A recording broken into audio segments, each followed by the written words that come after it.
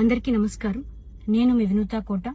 తెలుగింటి ఆడబిడ్డగా మీడియా ద్వారా రాష్ట్ర ప్రజానికానికి, శ్రీకాళహస్తి నియోజకవర్గ ప్రజలకు, నాతో పనిచేసిన మా జనసైనికులకు కొన్ని విషయాలు తెలియజేయడానికి మీ ముందుకు వీడియో ద్వారా వస్తున్నాను.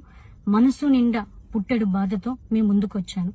మేము చేయని తప్పుకి మేము జైలుకు వెళ్లినందుకు కూడా నాకు బాధ లేదు, కానీ మేము చంపాము అని మీడియా ఛానల్లో ప్రచారం చేయడం నాకు చాలా చాలా చాలా బాధ వేసింది.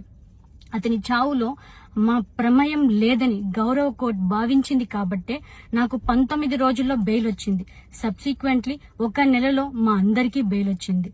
మేము ఫారెన్ లో లక్షల జీతాలు వదులుకొని రాజకీయాల్లోకి వచ్చింది ప్రజలకు సేవ చేయడానికి, కానీ మనుషుల ప్రాణాలను తీయడానికైతే కాదు. అలాంటి మనస్తత్వం మాది కాదు.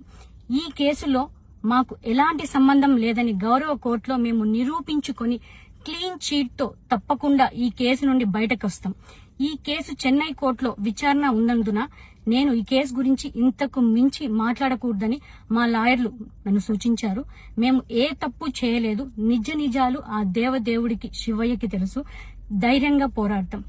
నేను జనసేన పార్టీ అధినేత శ్రీ పవన్ కళ్యాణ్ గారిని కలవడానికి ట్రై చేస్తున్నాను కాబట్టి ఇన్ని రోజులు మీడియా ముందుకు రాలేదు. మేము ప్రస్తుతం చెన్నైలో ఉన్నాము. త్వరలో నా పైన జరిగిన కుట్రకు సంబంధించిన వీడియోలతో, ఆధారాలతో మీడియా ముందుకు వస్తానని తెలియజేస్తున్నాను. న్యాయం ఎప్పటికైనా గెలుస్తుంది. ఖచ్చితంగా న్యాయం వైపు ప్రతి ఒక్కరు నిలబడతారని భావిస్తున్నాను. సత్యమేవ జయతే. జై హింద్. మీ వినూత కోట.